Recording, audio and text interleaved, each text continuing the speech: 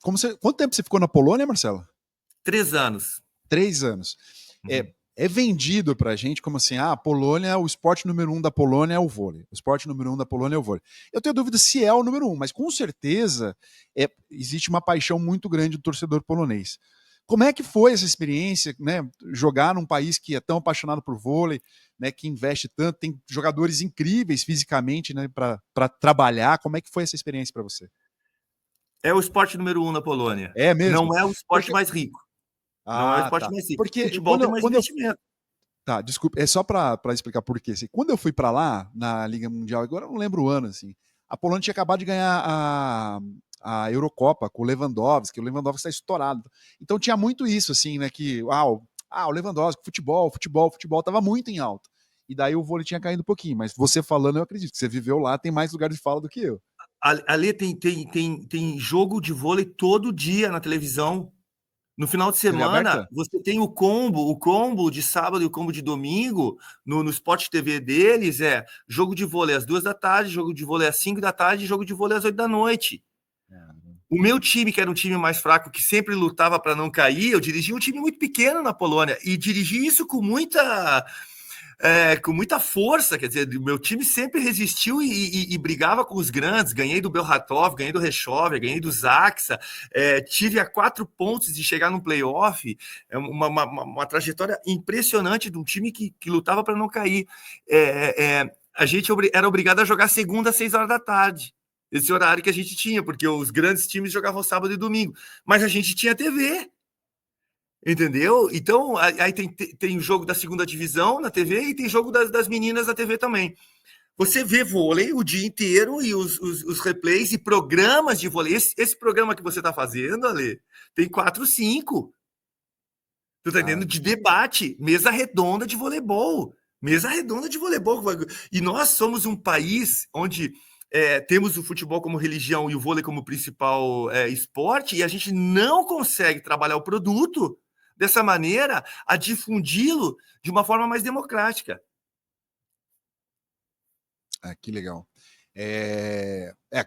Não tem programa de vôlei, né? Programa de vôlei na TV não existe, assim. Isso teve nos anos 90, um pouquinho nos anos 2000 teve, né? Quando eu fui para a Globo, fui para até trabalhar num programa de vôlei que era um programa não só, né, de discussão, mas era um programa de matérias, na verdade, né?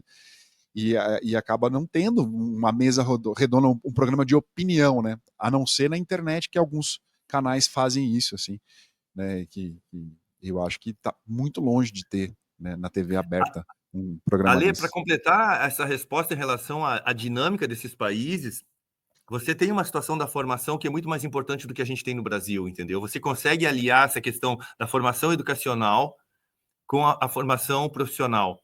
Então, por exemplo, na Polônia, eles têm 32 departamentos, tá? No país todo. E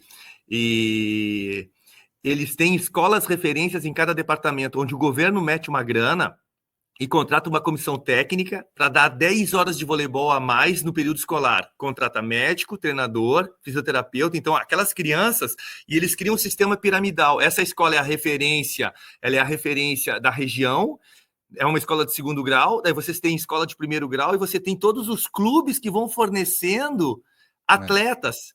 E aí você tem uma quantidade de divisões absurda. Você tem uma quantidade de divisões absurda.